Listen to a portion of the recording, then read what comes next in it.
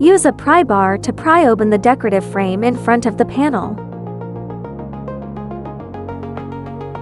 Pry open the air conditioning control panel at the bottom. Use a T20 screwdriver to remove the two screws at the bottom of the main unit. Pull the locking pins on both sides downwards. Remove the main unit. Unplug the white plug on the right-hand side of the host machine. Unplug the blue cable, the video cable and the power cable from the back of the host machine.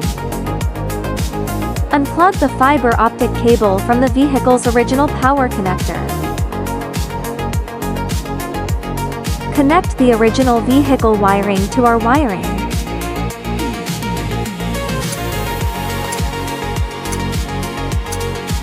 Start the car and check whether the CarPlay function is working properly. Press and hold the back button to switch systems. The module can be secured behind the air conditioning control panel. The USB cable runs through the hole at the rear to the passenger side.